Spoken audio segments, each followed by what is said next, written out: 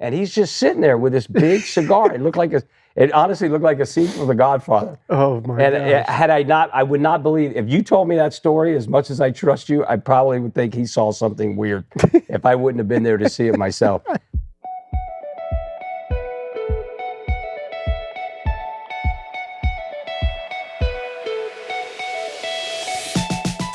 Hello and welcome to another episode of The Family Business with the Alessis. And today it's Steve Alessi with a dear friend of mine, David Martinez. Say hello, Mr. Martinez. Hello out there. Out there, there you go. Listen, I've asked David to come and join me today because part of our podcast is about a book that I'm getting ready to release. And I can't believe I even said that because I've never been one to think about writing a book, but this one was very special because of an event that happened in 2007, which was a heart attack that I experienced. And so I put it in book format. It took me 15 years to do that, Dave, for one reason, just so stinking emotional. Everything that went on during that time. And but it's taken me quite a while to go ahead and finally pen those words. And the reason I wanted to do that was because so much of what we talk about at our church, so much of what we wear around our church, 42, people don't know where it always stems from. But it stems from the 42 minutes that while I was having the heart attack, the paramedics worked on me to keep me alive. So that being the case, with this book coming out, there's things that I just wanted to be able to share with our audience. You like that? Podcast, like potty. that. Yeah. I like it's not that. an original. No. I wish it was. You probably would have come up with that before I did.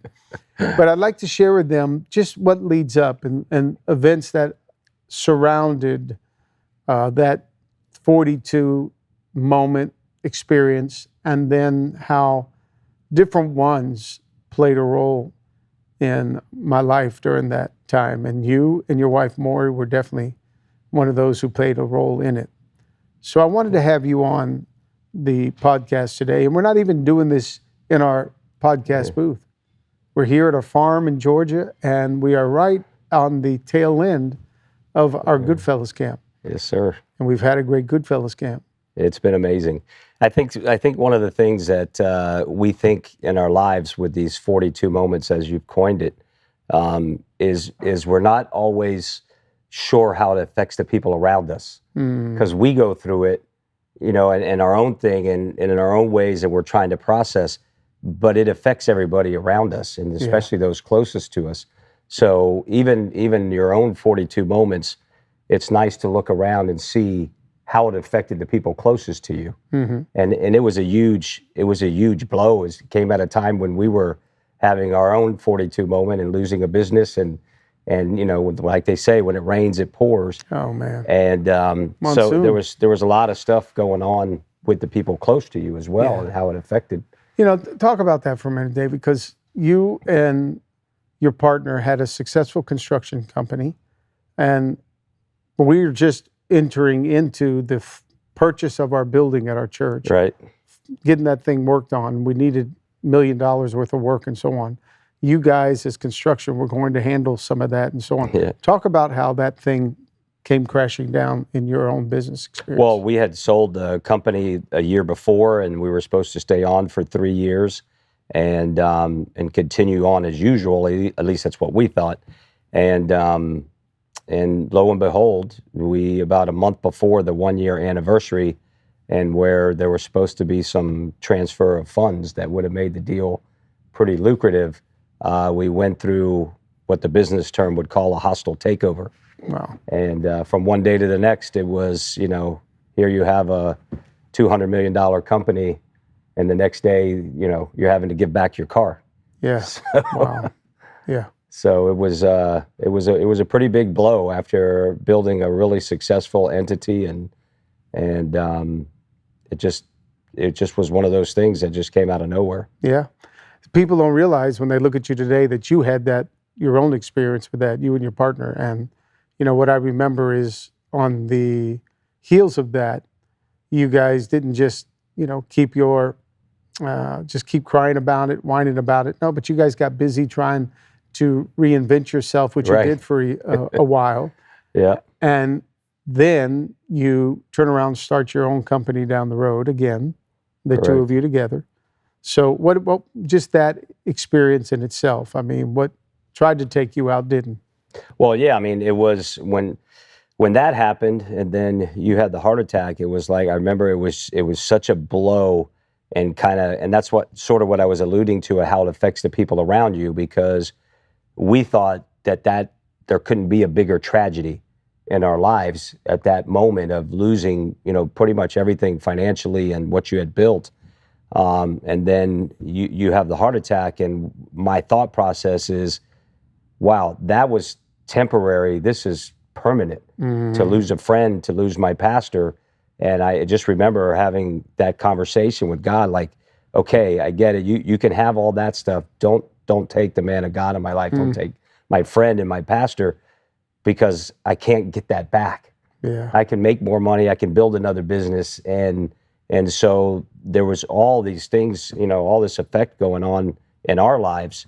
And, we had a non-compete for a certain amount of time that we were able to negotiate to a shorter amount of time, but, we're just not the kind of guys to sit around. So it kind of helped fill in the gap with Maury and I, and helping, the church transition while you were getting better. And then we made the bonehead decision of opening up a restaurant on South Beach, which seemed like such a great idea at the time. And looking back, it's like, there's certain things where if you knew then what you know now, you would make life a lot easier. Yeah. But you got back into construction, which is what you guys knew. Yes. And today you've rebuilt that thing into a great company. And so it was tough then, and you took the hit, but you guys have continued to go on, and man, you've reinvented yourself, and look where you're at today. Yeah, I mean, it's one of those things when you have a solid foundation of people in your life, a church in your life, a pastor in your life, and when the storms come, some of the branches get knocked off and your leaves get flying and end up in a different state. But today we enjoy not only one but three companies built off of that. One in solar, one in athletic fields, which for me is a dream, being the sports guy that I am, and then our regular construction company. So God has taken it and multiplied it times three, and He has a way of doing that when our foundations are right and our roots are dug into people and to a church that we've supported and started for all these years. It's been a blessing. Yeah, and you and Maury, your family, were founding members of our church 25 years ago. We're celebrating our 25th anniversary. Yeah, crazy. And David, not just that, man, we knew each other before the church. Yeah. We were back at the other church together, and you and Maury handled the children's ministry. It just so happens you and even the business partner you work with today was also helping you in the children's ministry. We've known each other a long time, man. Yes, it is. In fact, I met Tony when him and his wife at the time were helping us with children's ministry. That's how I met Tony. Yeah. And, we had an immediate connection, mostly because we had, common values and a common outlook when it came to church and God. And they helped us. And then when he started the other company, and then I became a part of that, and we became partners 30 years ago. And you both still come to the church. It's possible. It's possible to enjoy a long-term commitment, covenant that we're able to have with each other. We're buddies.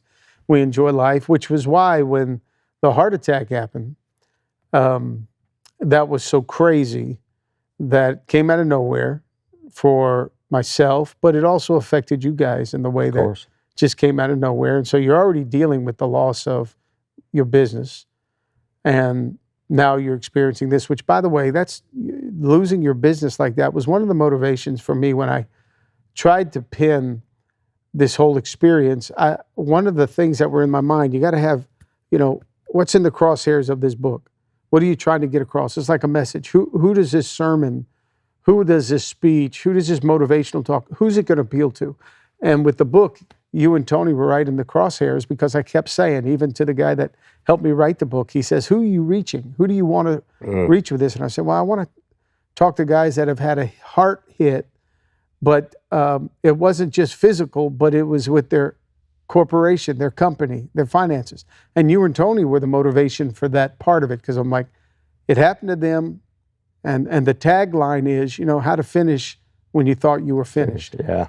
And you guys have excellent. finished at this point. You finished well. When that thing hit you, losing it all, you finished well. So then, while you're scrambling, you get the news that I had a heart attack. What was that like? It was, at first you're like, God will only give you so much, enough that you can handle. And my thought process is, God, you have way too much confidence in me, because this is just too much at one time. I mean, and it, for now looking back after so many years later, you think God's plan and God's timing, had it been in a different time period, we may have looked at both events differently.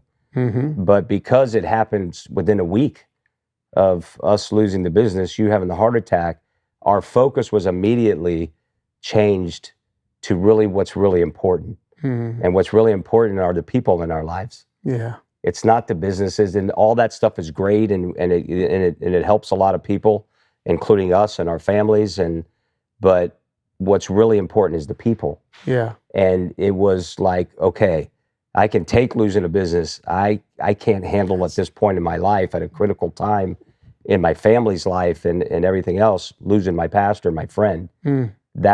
It was just so magnified. Mm-hmm. And it made the other one seem so small. Yeah.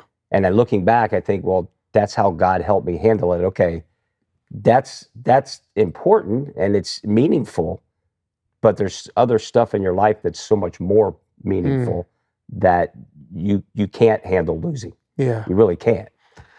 No, and this is where it gets all emotional for me, because I think that that we I was this close. People don't understand the intensity of that particular event, and which was one of the reasons why, as I start to get to this, it's one of the reasons it's taken me so long to try to pin all of this and all. It's not really a book. It seems to be a memoir of that experience. Sure. But when we get to that part of thinking we were that close to losing, Mary almost lost a husband. My kids almost lost a father.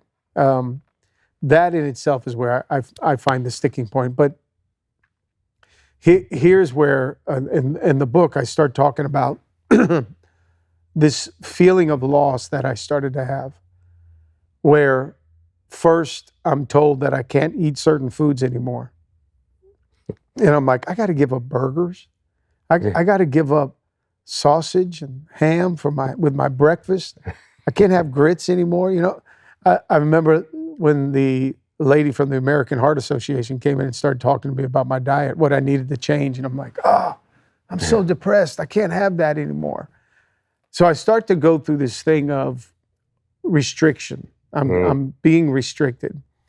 Part of it was also, they demand, okay, now you got to go exercise. So I'm like, well, I didn't mind exercising when I wanted to exercise. And my thought about exercise was, as long as my chest was bigger than my stomach, I was good. And even though my stomach took over in my 40s, it didn't motivate me. But I never wanted to be forced to exercise. But now I'm being forced, so it's like I'm losing my freedom there. Sure. Then they give me a card because they inserted a stent, and now this card has to be on me that tells what kind of stent it is, when it was put in. So if I have any other kind of medical emergencies, the medical professional can look at the card and know, okay, this is what we're dealing with.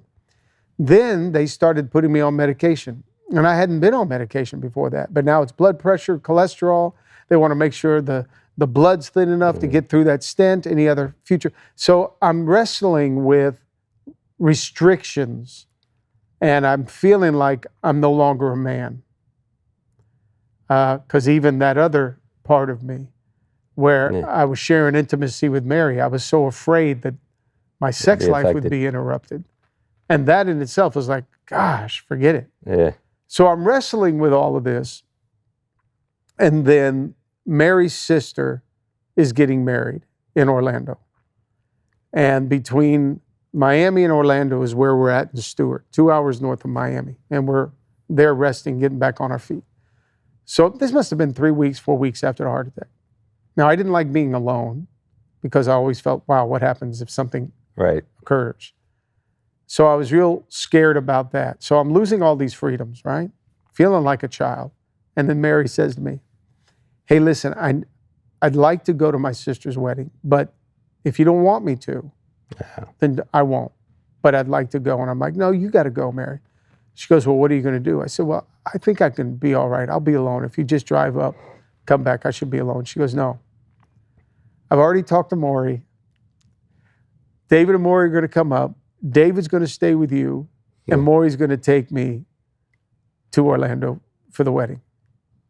Now, at first, I said to her, great, because I'm thinking I want to hang out with David. I've been with Mary all this time. I need something normal in my life. So bring on a friend. And so I felt good, but then I remember going to sleep that night and feeling like, oh my God, am I this weak that I now need a babysitter? Oh. Because I couldn't be left alone. Mary was afraid to leave me alone. So I wrestled with you coming up because I was feeling like I was losing all of my independence. Now I'm so dependent upon medicine, eating the right kind of food, workout regimen, and now I need a guy to come babysit me. So I'm wrestling with that. Then you come up and you're like, I'm thinking we're chilling, watching TV or whatever. And you're like, let's go play golf. And I'm like, that's the worst thing. But maybe I do need to get out. So we go to this golf course and we're out there and you pull out a cigar because we enjoy a nice cigar every so often. And you pull out a cigar. And I remember the doctor, of course, saying you can't smoke cigars. You can't, smoke this, that, and the other. At least at this point. Right. And you're smoking that cigar, and I'm getting pissed because I'm like, here I am again. I'm restricted. I can't have a cigar. So now we're on the golf course. You're smoking a cigar. We pull up to the green. Tell the story when you put your cigar down. Well, first, I think if I would probably been a better friend, I probably wouldn't have pulled out the cigar, because now that you're looking at it and you're feeling all these restrictions, of course, I'm not smart enough to see that. I'm like, well, I'm going to enjoy it now while I can. I guess it's a little bit selfish. Yeah, but you were drowning in your own sorrow, man. Yeah, you needed to relax. I can look and make all kinds of excuses, but a better friend probably would have just chilled out there. But in any case, so we're my thought process was I need to get this guy out of the house, because when I see you, knowing your personality and knowing that sometimes things got to just get normal and you got to have some fun, you got to have a laugh, and I think that's where it comes in, where God only gives us so much we can handle, and He gives us some kind of levity and with something funny. But we pull up to the green, which at that time I wasn't as good a golfer as I am now, so it was probably after 6 or 7 shots to get to the green, and so we pull up to the green, and I leave my cigar on the cup holder. And we go up to the green, and I'm putting, and I could see the card out in the left corner of my eye. I'm about to hit the ball, and I see this huge crow. I mean, at the time, it looked like a vulture. I think it was maybe this big. And all of a sudden, he flies in the cart, and I'm thinking, we don't have any, I don't think we had any food. And definitely not chips. Couldn't have. Yeah, no. So all of a sudden, he grabs the cigar in his beak. And I'm like, and I think I got more mad that it was my cigar instead of food, because it was an expensive cigar. I remember it was back then when we had the Torontos that would come in the glass tube. Yes. And they were expensive for us back then. And especially that, we had just lost the business. I'm thinking, that's a $25 cigar there. And so the crow comes in and just grabs it in his beak. And what was really interesting, it wasn't sticking straight out, sticking sideways like it was a gangster crow. And it was... it was like, and I'm like, I go to hit the ball, and I'm looking at the crow, like, hey. So I go running up this thing. This crow just flies, just flaps his wing, and I promise you, he's looking down at me laughing. Right. And I'm watching. I'm looking up this crow, and he goes and he lands in a tree, and he's just sitting there with this big cigar. It honestly looked like a scene from The Godfather. Oh my God! And had I not, I would not believe, if you told me that story, as much as I trust you, I probably would think he saw something weird if I wouldn't have been there to see it myself. But this bird is up there like this going, ah! with his cigar hanging out. I'm thinking, what kind of sight is this? So anyway, we had such a good laugh. Oh my and God. I'm thinking to myself, it was probably the first time you had Laughed, like David. genuinely laughed. Oh, we almost since the peed our heart- pants, oh man. my gosh. And then you're throwing rocks at it to Yeah. try to get to drop the cigar. Yeah, so I think I threw a couple golf balls at him too. I'm trying to get him at least to drop it, and the thing just flies off. And With the cigar. With the cigar, he wouldn't drop it. I don't know if he's trying to make a nest with cigars. He's probably thinking this is much easier than getting twigs. These things fit together perfectly, Oh just my like the hair God. in the box. And So- the point of it all, when it's all said and done, it's almost as though the crow looked over its shoulders and flew away and looked at you and said, well, if Steve can't smoke a cigar, Yeah. neither will you. Yeah. So that was one of the comic reliefs that we were able to enjoy, but that was a memory, man. That was an incredible memory. I still can Yeah. visualize that crow looking at me. I mean, telling you, he was staring right at me Oh with the gosh. message, and maybe it was that message. That message. Yeah, I think of our years, man. We really enjoyed some sweet memories. You know, you and Maury were there when Mary and I really did need you the most. It was a crazy season. Friends are so important when you go through hard times.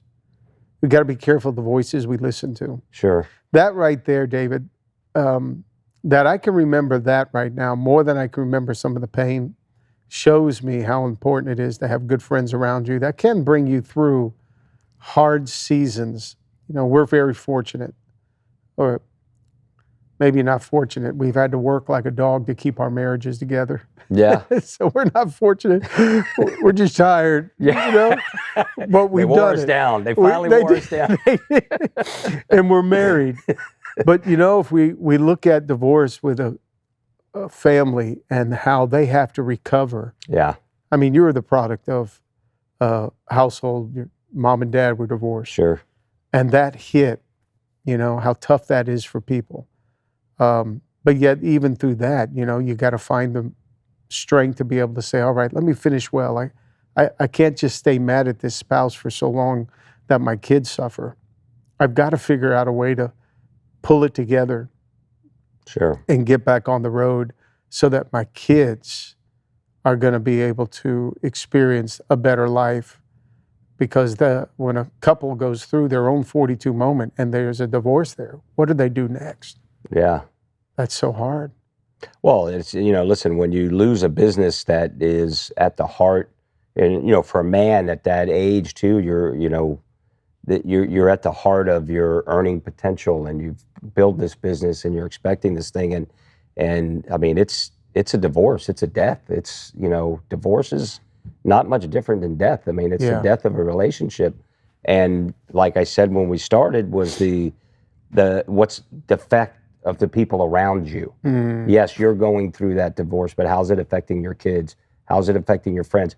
How about the other couples that you hung out with? Yeah. That now, what do? They have to pick a side. You know, so those moments affect everybody around you. Yeah. And listen, life happens, and you've got to pick it up. And you know, a lot of people feel like that's the end. Mm-hmm. You know, when we lost a business, I'm thinking that's the end. And then a week later, you have the heart attack, and it's like, okay, this is much more serious than that. I can start a new business.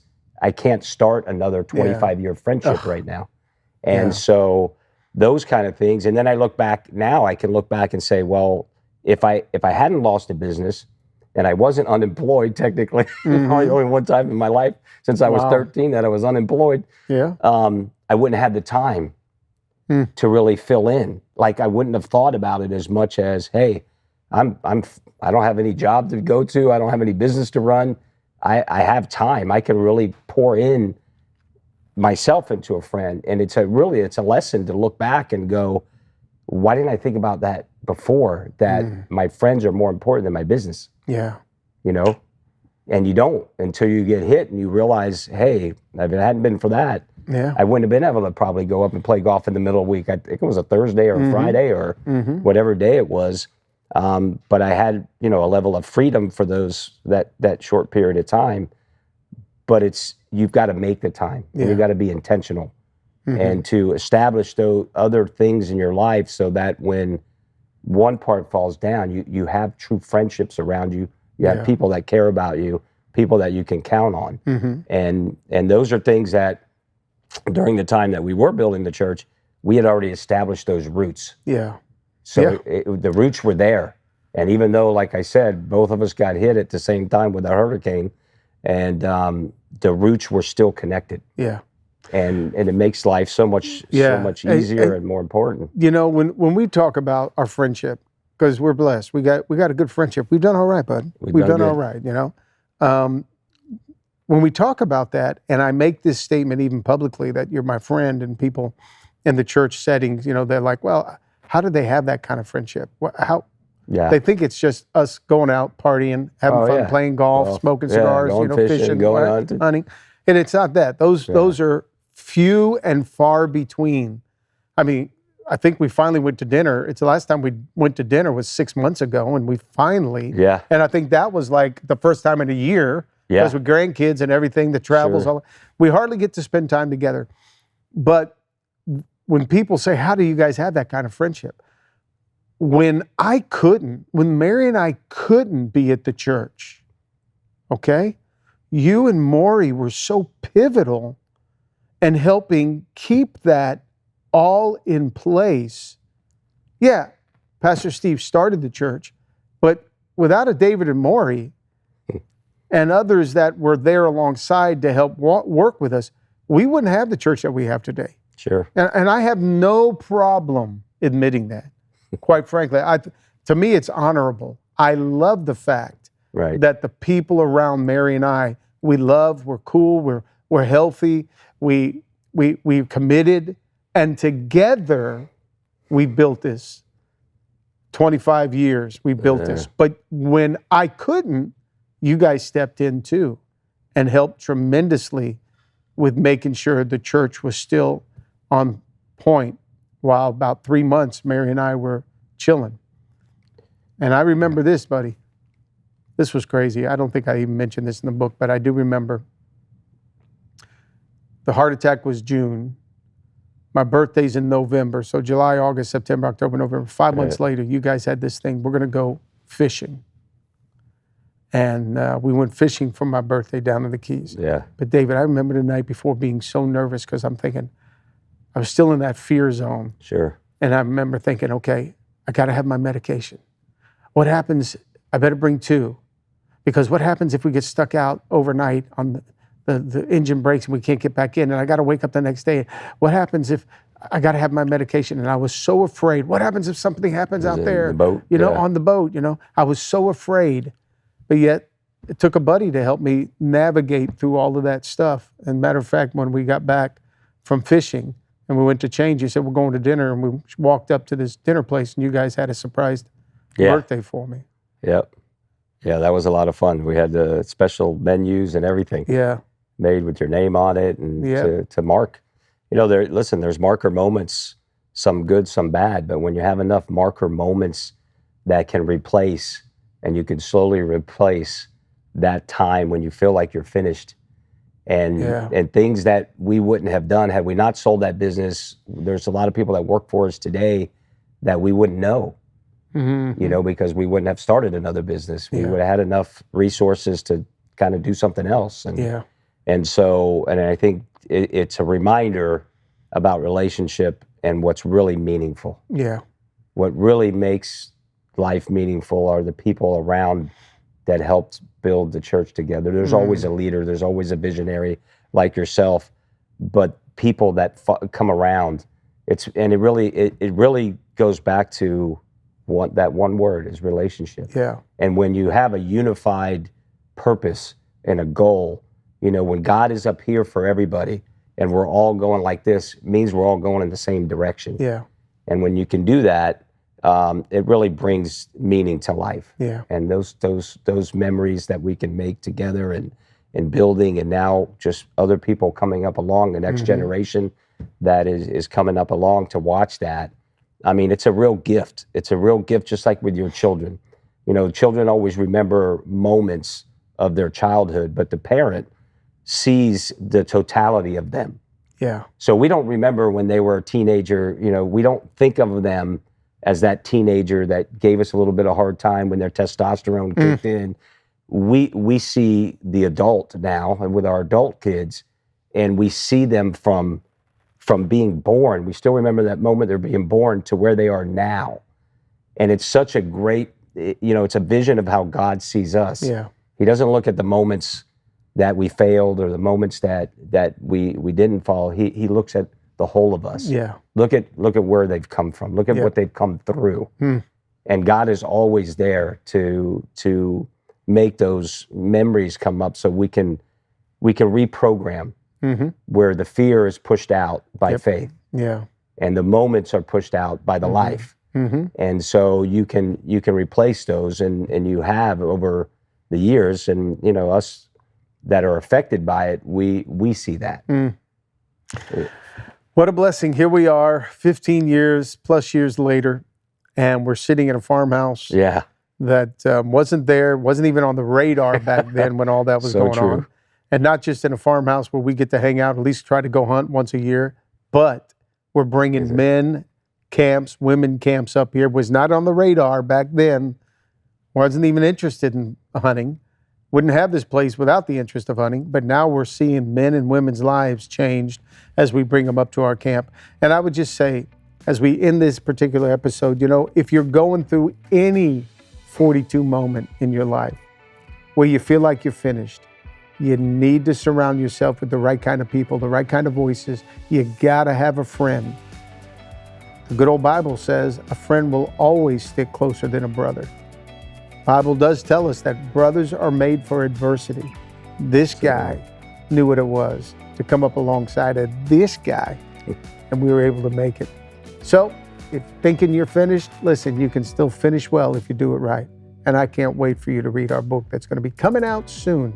And I pray it'll be a blessing to you. So thanks for joining us on today's episode of The Family Business.